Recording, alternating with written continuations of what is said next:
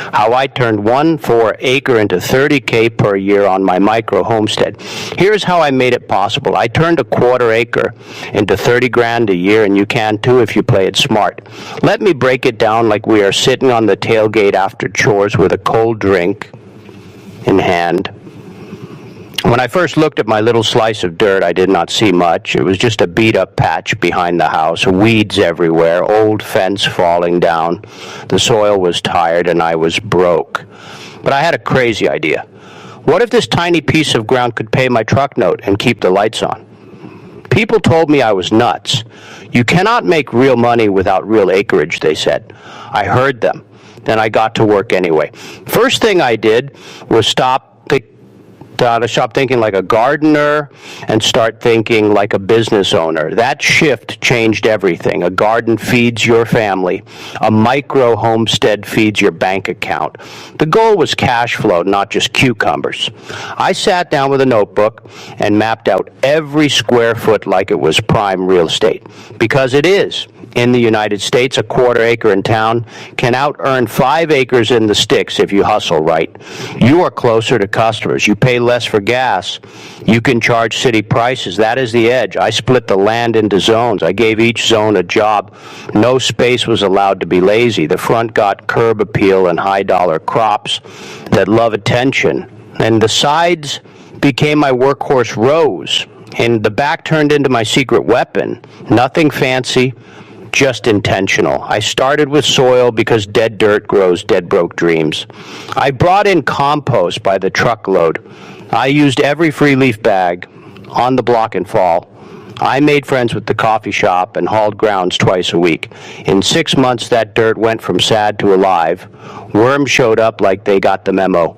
That was my first win, and it did not cost much more than sweat.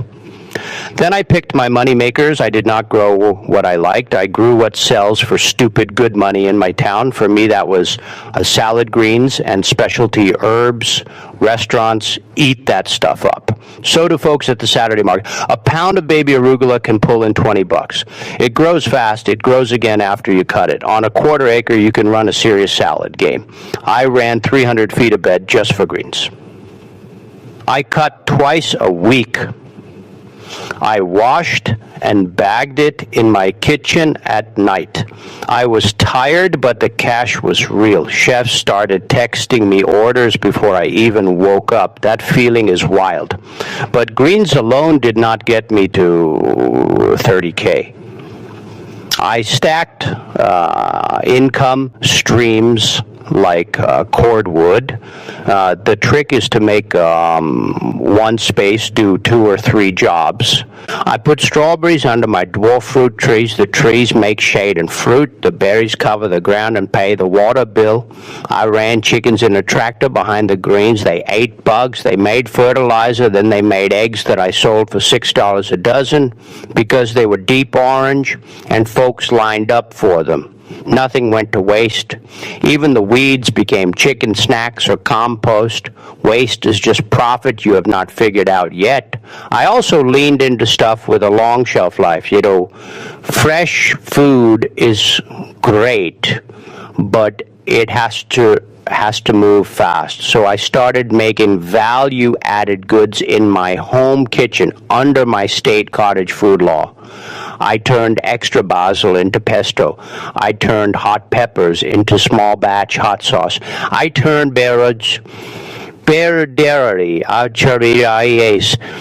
indeed nature into chard, it aged into jam. That jar of jam took me 20 minutes and sold for $8. Now my 15 minutes are worth more than my old day job. I sold those at market and online. People love a story with their food. They are not just buying jam. They are buying my little patch of American grit. Let us talk numbers because I know you want the real scoop. Year 1 was ugly. I made maybe $4 grand and worked like a dog. I was learning. I killed a lot of plants. I planted the wrong thing at the wrong time. I learned that lesson with my wallet. Year 2, I hit 12,000. I figured out my best sellers and doubled down. I quit growing stuff that only made me tired.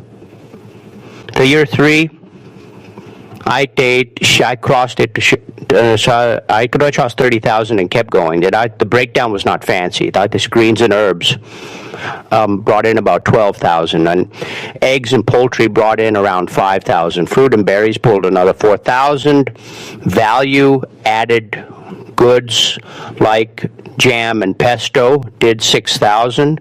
Then I added a wild card. I taught what I learned. I ran small workshops on my driveway, 10 people at $50 a head. I did that 6 times a year. That was another 3,000, and it cost me almost nothing. You might be thinking you need big money to start. Nope. I started with less than $2,000. I bought a used broadfork. I got seeds. I built beds with free wood from the lumberyard scrap pile. I used sandbags to hold down row cover.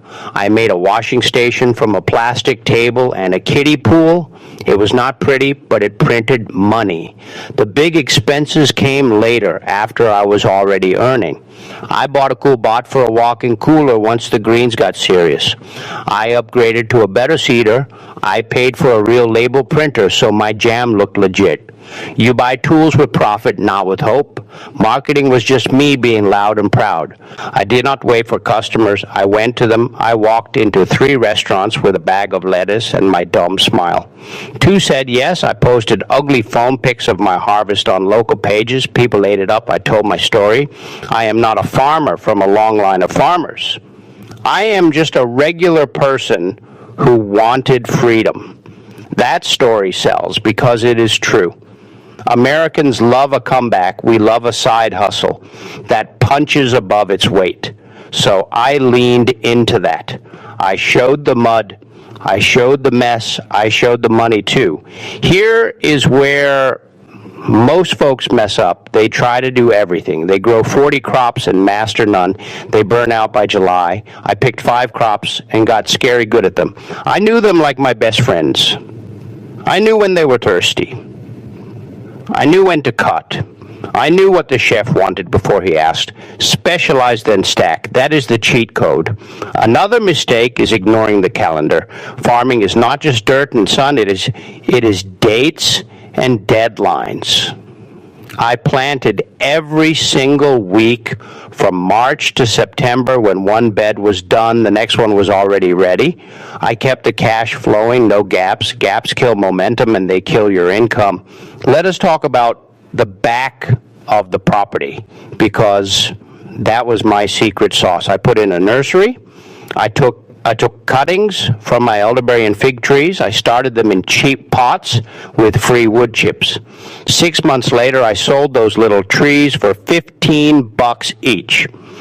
I sold 100 of them without trying. That was $1,500 from a corner that used to grow weeds. I also kept bees, not a ton, just 2 hives.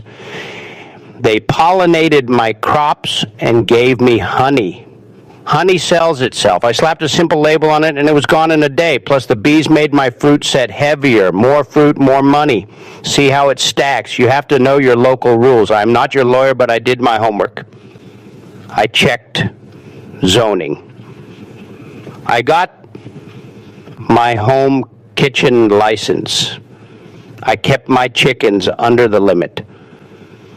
I made friends with the inspector. I asked questions before I assumed. That kept me out of trouble. Nothing kills a dream faster than a shutdown notice. Do it right, do it clean, sleep better. Weather will punch you in the mouth. Pests will show up uninvited. A heat wave will nuke your lettuce. It happens. I learned to grow in shade cloth. I learned to love drip tape. I built a cheap hoop house from PVC and plastic.